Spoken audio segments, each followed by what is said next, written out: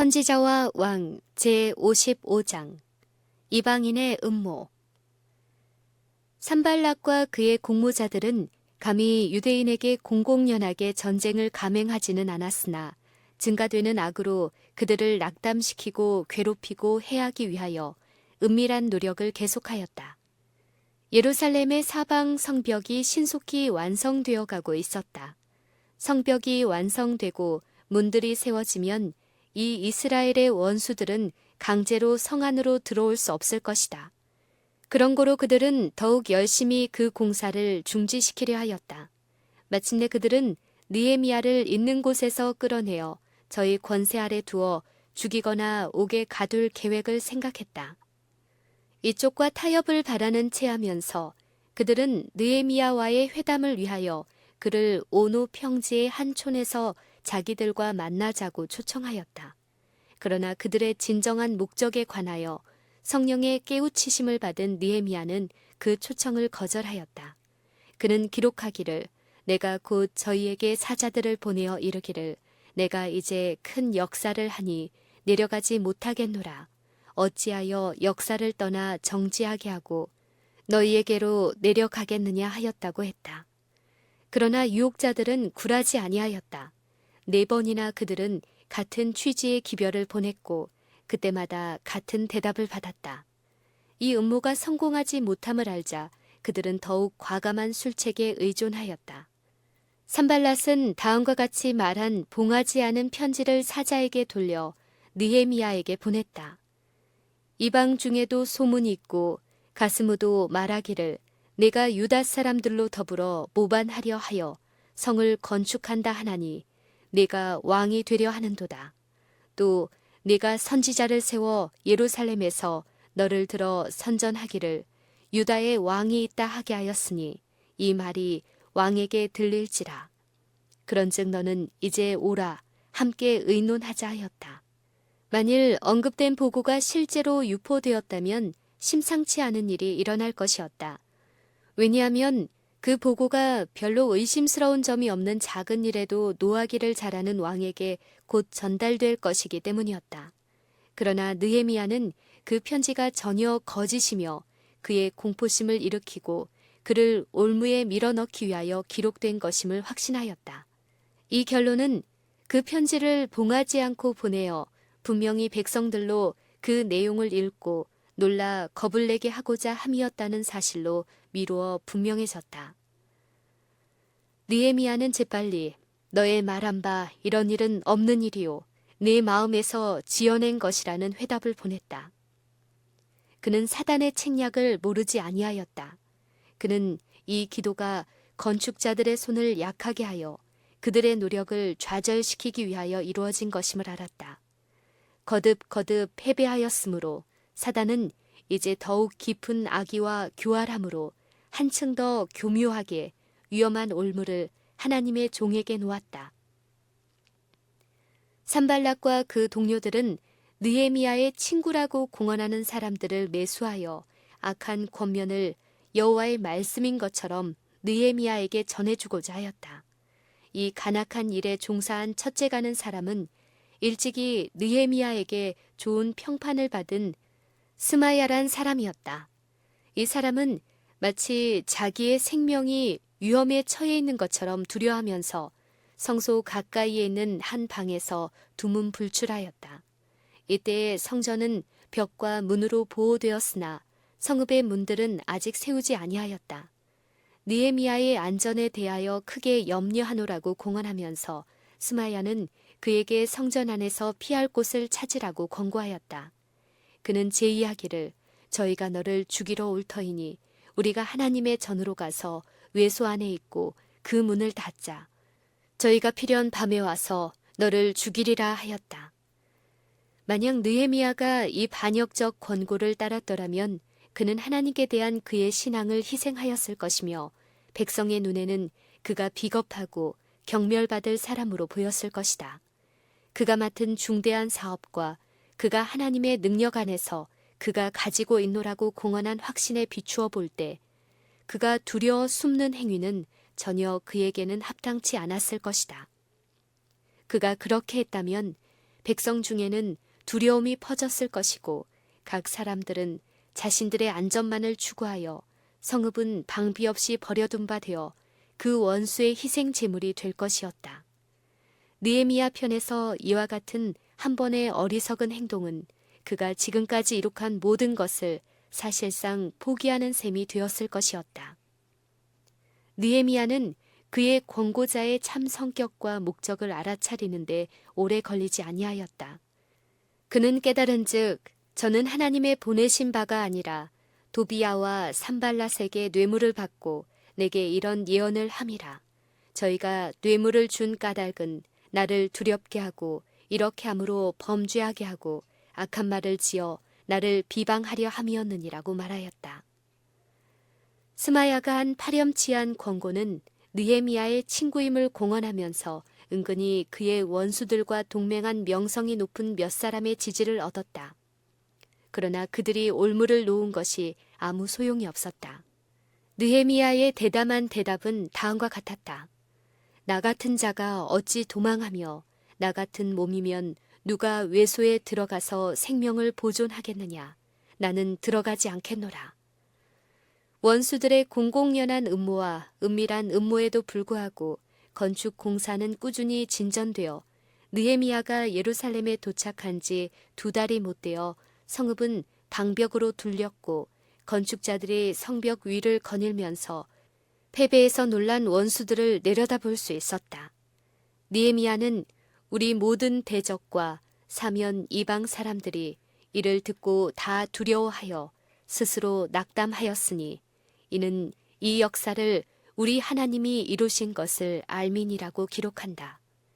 그러나 여호와의 손길이 지배하시는 이 같은 증거도 이스라엘 사람들 가운데 있는 불만과 반역과 불신 행위를 제어하기에 넉넉지 아니하였다.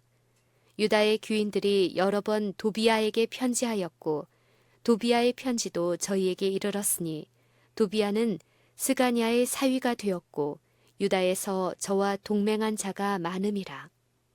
여기에 우상 숭배자들과의 자폰의 악한 결과가 보인다. 한 유다 가정이 하나님의 원수들과 관계를 맺었었고 이 관계는 올무가 된다는 것이 판명되었다. 다른 많은 가정들도 동일하게 행하였다. 이들은 이스라엘 백성들과 함께 애굽에서 올라온 잡족들처럼 항상 사고의 근원이었다. 그들은 하나님께 봉사하는 데 성심성의껏 하지 아니하였고 하나님의 사업이 희생을 요구할 때에 협력과 지지에 대한 그들의 엄숙한 서약도 쉽게 깨트렸다. 유대인을 해하려고 음모를 꾸미는 일에 선두에 섰던 어떤 이들이 이제 그들과 우호 관계를 맺고 싶다고 공언하였다. 우상 숭배자들과의 결혼으로 얽히고 도비야와 반역적인 서신 거래를 하고 그를 섬기기로 맹세한 유다 귀족들은 이제 그를 능력이 있고 선견 지명이 있는 사람이라고 주장하고 그와 동맹을 맺으면 유대인에게 이익이 크리라고 말하였다. 동시에 그들은 느헤미야의 계획과 움직임을 도비야에게 누설하였다. 그리하여 하나님의 백성의 사업은 원수들의 공격에 노출되었고 느헤미야의 말과 행동을 곡해하고 그의 사업을 방해할 기회를 주었다.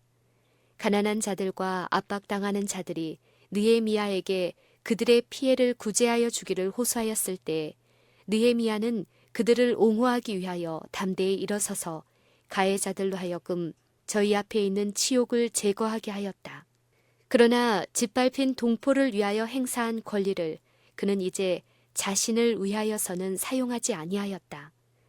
그의 노력들은 어떤 이들에 의하여 망언과 배반을 당하였으나 그는 반역자들을 형벌하기 위하여 그의 권세를 사용하지 아니하였다. 그는 침착하고 이기심 없이 백성을 위한 그의 봉사를 진전시켰으며 결코 그의 노력을 감소시키거나 그의 관심을 줄이지 아니하였다. 사단의 공격은 언제나 하나님의 사업을 전진시키고자 노력하는 사람들에게로 향하였다. 때때로 그의 공격이 좌절당했지만 그때마다 그는 지금까지 시도하지 않은 새로운 방법을 사용함으로 용기를 얻어 그의 공격을 새롭게 진행했다. 그러나 가장 두려워해야 할 것은 그가 하나님의 사업에 친구라고 공언하는 사람들을 통하여 비밀리에 일하는 것이다.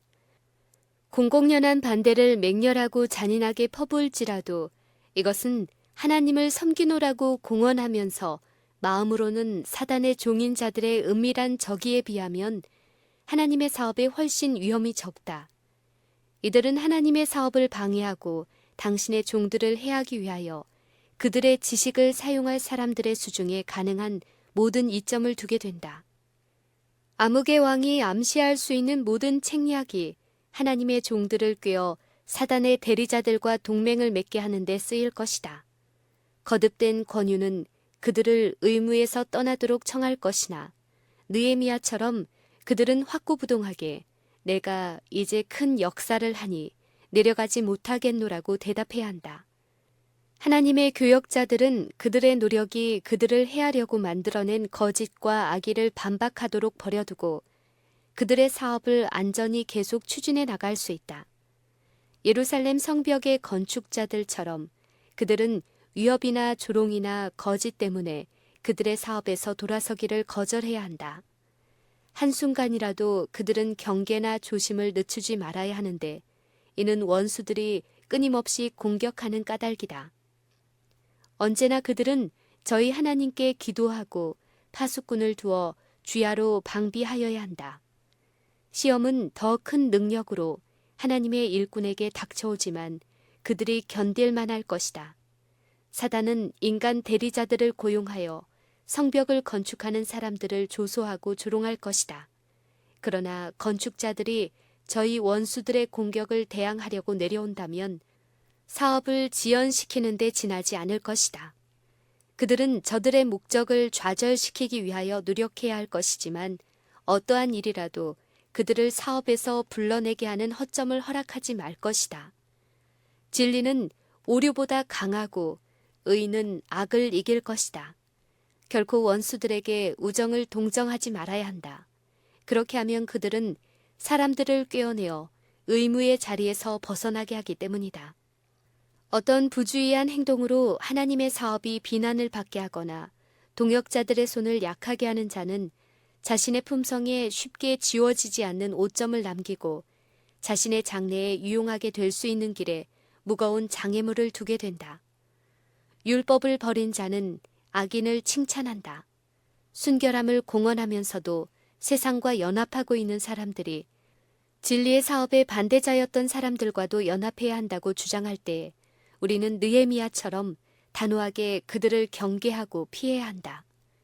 이와 같은 권고는 모든 선의 원수들이 권장하는 일이다.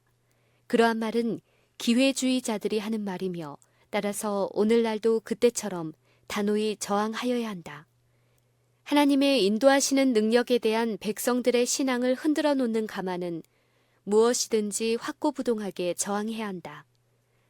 느헤미야의 원수들이 그를 그들의 권세하에 끌어넣지 못한 이유는 하나님의 사업에 대한 느헤미야의 굳은 헌신과 하나님께 대한 똑같은 굳은 신뢰심 때문이었다. 게으른 영혼은 유혹에 쉽게 굴복하지만 고상한 목표와 목적에 열중하는 사람의 생애에는 악이 발붙일 곳을 거의 찾지 못한다. 끊임없이 전진하는 사람의 신앙은 약화되지 아니한다. 이는 그가 사방에서 범사에 당신의 선하신 목적을 성취하시는 무한하신 하나님의 사랑을 깨닫는 까닭이다. 하나님의 참된 종들은 흔들리지 않는 결심을 가지고 일한다. 그 까닭은 그들이 끊임없이 은혜의 보좌를 의지하기 때문이다. 하나님께서는 우리 인간의 방편으로는 감당하지 못할 모든 위급한 때를 위하여 거룩한 도우심을 준비하셨다. 하나님께서는 성령을 주셔서 우리가 난국에 처해 있을 때 도와주시고 우리의 소망과 확신을 굳게 하시며 우리의 정신을 밝히고 우리의 마음을 순결하게 하신다. 하나님께서는 기회를 마련하시고 일의 통로를 여신다.